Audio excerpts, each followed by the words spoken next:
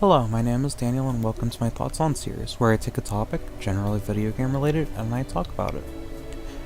To start off with, the Sony PlayStation 2 had many different excellent RPGs, the most known ones being the several Final Fantasy titles on it, as well as the Kingdom Hearts series. There are plenty of even lesser known ones, such as the Persona series and the Shadow Hearts series. However, there wasn't as big of an RPG scene for the Microsoft's Xbox, but what Microsoft did have over the PlayStation was the Fable series. Fable's development started roughly in 2000, under the title of Project Ego by Big Blue Box, which was a studio of Lionhead Games, and was published by Microsoft in 2004. A year later, an addition to the game dubbed The Lost Chapters came out, which included a new world to explore, as well as the conclusion to the main story. There is another version of this game titled Fable Anniversary, which came out in 2014 for the Xbox 360, and it is a remake to the Fable The Lost Chapters. It is also the game being played for the footage of the video. Fable is important to me because it is one of the first few video games in general that I had ever played, and as such it is one of the few games that showed me what a video game should be. A video game should have options for the player, fun gameplay, and a rich world to explore, as well as many different ways to customize your character. I never beat it as a child because the sequence where the hero goes to prison scared me as a kid, although I did recently just sit down and grind it through the entire game from start to finish.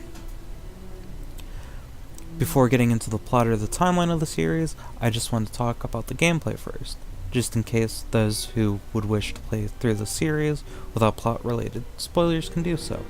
Although, to be quite frank, I think that if you haven't played this game, chances are you most likely aren't going to. But at the very least, I hope you do consider playing the Lost Chapters or the Anniversary version of the original Fable game, as it is a generally good experience that has aged well enough for it to not be bad. At least, in my opinion. The gameplay is quite simple. For the most parts of these games, you'll be wandering around the world of Albion, either completing quests or exploring the world to find many of its collectibles, such as the silver keys, which there are 30 of, books, and legendary weapons, or even special hero dolls. While exploring the world, you may come into contact with large great stone doors that will try to talk to you, named demon doors, and if you solve their riddles, or at least do what they tell you to in some cases, they will open up to you, inviting you into their special little realm. Sometimes, what you'll have to do is light your lantern in front of them. Other times they may demand all of your silver keys, which are a collectible that you cannot get back once you've given it to them. And sometimes the setting that they'll open up to you will be just a normal cave. Other times it'll be a secret library with a little waterfall in it. Nevertheless, it is always worth it to try and solve their riddles, because as they can hide mundane items, they can also hide invaluable items, such as elixirs that will increase your health pool, or a weapon with a unique enchantment. Speaking of the weapons, the combat in this series can kind of feel like a wet noodle fight, except you're the one with the wet noodle and the enemy has a hammer. Typically, enemies won't flinch when you hit them, or at least if they do, they won't flinch that much. Unless they're smaller than you, such as the hobs, which are unintelligent gremlins that try to hide in their caves, or the generic bandit. However, if you get hit, you'll be knocked over a little bit, or sometimes you'll even just fall straight onto the ground, which is more of an annoyance rather than a detriment to you, as the enemies in this game pose very little threat to you in this game. However, there is a solution to this problem. There are many spells that the hero can learn. He can force push the enemy so that they don't even get the opportunity to strike you, or he can use an area of effect spell such as Inflame to stun the enemies for as long as you need them to be, at the cost of a lot of mana. Or my personal favorite, become a hulking unstoppable force with the Berserk spell. Of course, the combat isn't as tense, as there is very little to lose if you were to fall in combat, because the game will just take you to your last checkpoint should you die. Luckily, there are plenty of ways to heal yourself in the game, so death shouldn't be a regular occurrence. You can try to bulk up with the armor sets in this game, however, they don't feel as resistant to strikes as they could be, so in general you should just wear whatever is pleasing to your eye. You should also watch out for your moral choices in this game, as they can change your appearance as well. With good actions such as saving travelers and eating tofu, giving you good points, and slowly earning you a halo as well as a wonderful warm aura around you. However, if you eat a whole crunchy chick, or beat up the travelers, you will earn evil points, slowly getting flies flying around you in a set of evil horns to match your devilish actions. So that's just a head up if you try to, so that you can try to look how you want to in this game. The armor rating doesn't matter too much, as most of your armor is going to be coming from your toughness stat, which determines how hard an enemy hits you. Toughness is in a stat tree called strength, which includes a stat for your health and a stat for more strength. There's two other trees, one for your skill attributes such as your accuracy with a bow, your speed, and your sneakiness. Then there's a will tree, which only grants you one stat upgrade, an increase to your magic meter.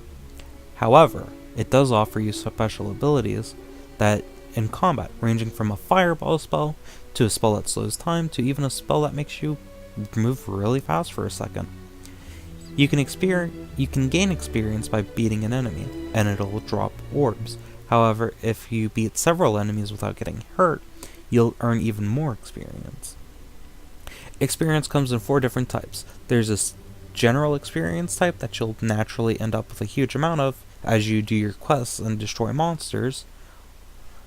There's a strength experience, which is earned by attacking enemies with your melee weapons, such as strength or axes.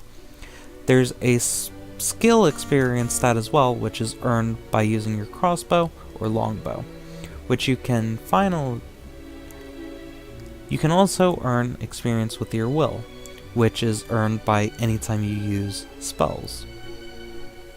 Your specialized experience is used before your general experience so that you can create a more well-rounded hero, as you'll have general experience for your other stats as well.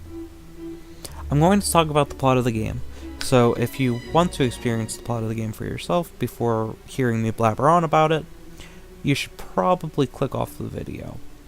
Or you can skip towards the end, which I'll put a little mark in the comments or wherever it needs to be. The story isn't really anything impressive. You can start out as a child, or you do start out as a child who has to work around the village to get money so he can buy his sister a present for her birthday. However, as you get her the gift, the town gets sieged by bandits who destroy and kill everyone except for you. You run around and you see your ravaged and burning town, and as you finally walk up to your dad's corpse, you see a mage who offers to train you in the ways of heroism at the Heroes Guild, and you take him up on his offer. When you finally graduate from the Heroes Guild, you help the locals out, and you escort traders around on one of your missions to help the town you grew up in deal with their bandit problem that they still have. You're reunited with your sister, who happens to be blind now, but a very excellent diviner. You can also get to the arena sometime after this, as you're well known enough to be a hero that many look up to, and want to see you fight in the arena. You also finally meet the antagonist of the game, the hero of heroes, Jack of Blades, who asks you on the final round of the arena to slaughter the person who you graduated the Heroes Guild training with for the enjoyment of the spectators, which is a choice you can fulfill, or you can just leave the arena. As you're leaving, you see the statue of your mother, who had once competed in the arena. Much to your character's surprise, you learn that your character is still alive, and you learn this from your sister. But your mother is kept far away in a prison, and you decide to try and break her out. However, when you do start to get her out, you're caught by Jack of Blades himself, and you're forced to suffer until you're able to finally break away from the prison. However, not before allowing a year to pass for Jack of Blades to do his schemes. When you finally escape from the prison, you have to chase Jack of Blades around the world's map, in an attempt to stop him from ruining the world and everything you love. Eventually, you finally meet him in the Chamber of Fates, which is the same place where you had graduated from. A harsh fight between you and him goes out, and eventually, you do get the better of him. At this point, you are given the option to toss the sword that Jack had been using into the abyss, or you can use it to end your sister's life, to charge the sword up with heroic blood, and you can become stronger than any mortal could ever dream of being. Once you make your decision, a year passes and the world finally recovers. And regardless of whether you killed your sister or you threw the sword into the abyss, you are regarded forever as the hero who killed Jack of Blades. In conclusion, the game nor the story are exceptional. In fact, they can be quite forgettable. If it weren't for the special cutscenes that are told by a narrator speaking over images that look like they could have been made from stained glass, the game wouldn't even have an aesthetic. However, the game is still rather fun to play in my opinion, at least if you play through the entire game in less than 5 settings. If you play it less or any more sessions, you might end up getting bored from it. The game does have humor in it, and it's quite funny at times, although you won't really bust out laughing. But it will give you a smile on your face, which is a nice reprieve from the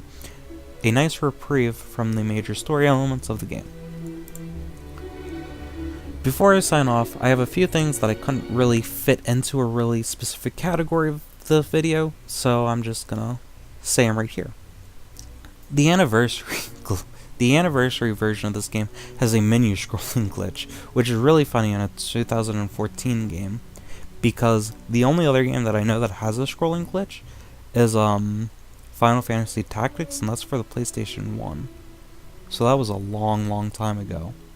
And the fact that you can still find a menu scrolling glitch that lets you trick the game into thinking you're buying a huge amount of an item for cheap when you're actually buying something that's more expensive, it's just ridiculous. And you do end up with a huge amount of the more expensive item, but you had bought it at the cheaper cost. It's also interesting to note that this game actually came out 2 years after Morrowind did. This is not something that I actually realized, as I thought Morrowind had came up after this game did. The game was also originally developed for the Dreamcast, but it was moved to the Xbox, which I'm glad for, because if it didn't, the only RPG on the Xbox that I can think of without having to look up anything would be Sudeki, and that would be a really dark world to live in. Thank you for listening to me talk for this game for a bit, and if you have questions, comments, or concerns, leave them in the comment section below. And if you liked the video, please consider subscribing to my channel. Thank you.